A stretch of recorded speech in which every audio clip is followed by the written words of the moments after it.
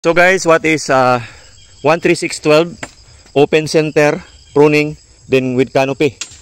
So kailangan mayroon tayong canopy dito sa gitna na pwede natin siyang buksan. So ang una natin gagawin, number 1, sprout removal ito. Lahat ng magka-height ng tao, mga 5 feet, dapat wala siyang mga dahon. Kasi ano na to productive stage na po siya. 5 years na po siya mahigit. So hindi siya pa na pruning. So establish tayo.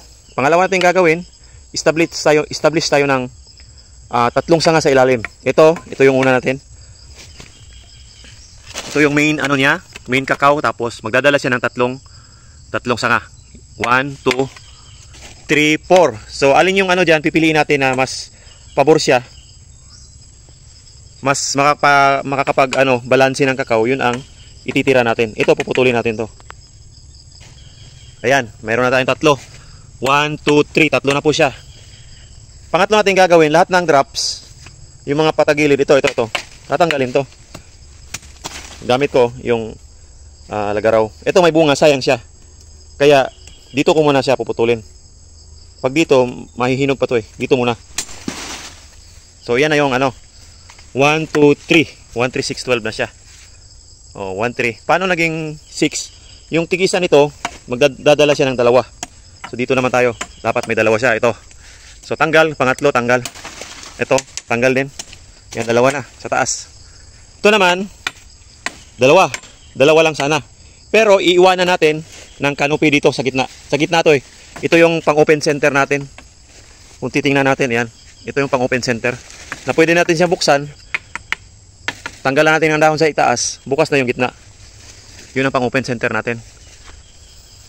Paket na tayo. Kada isang sanga, mayroon tayong 2 sanga lang yung dala niya. Hindi pwede 3. Bawasan yung sanga. Tapos sprout removal konti. Yan. Tapos ito, yung isa magdadala ng 2. Isa dapat 2 lang. Hanggang sa canopy na sa taas. Height limit na tayo sa taas. Tapos tagalin to mga ganito. Tapos gamitan na natin ng high pruner or mga 7 knife o 3 looper, kahit ano. So i-height ko muna sa taas. Ipupruning ko muna sa taas. Pantayin ko muna. So ayan na po, kakao lover. Kung titingnan natin, tayo na lahat. Tapos pantay talaga yung canopy niya sa taas. Pag inikutan mo, accessible po siya sa balot, anong activity, spraying. So sa taas, pinantay natin sa taas. Yung mga papunta dito sa kabilang kakao, yun ang pinutol natin. Mga papunta doon. Kaya yung pruning type natin, 1, 3, 6, 12 na po. So yan na po kakao lover. 1, 3, 6, 12 na po siya. Sa taas, pinantay lang natin doon yung canopy.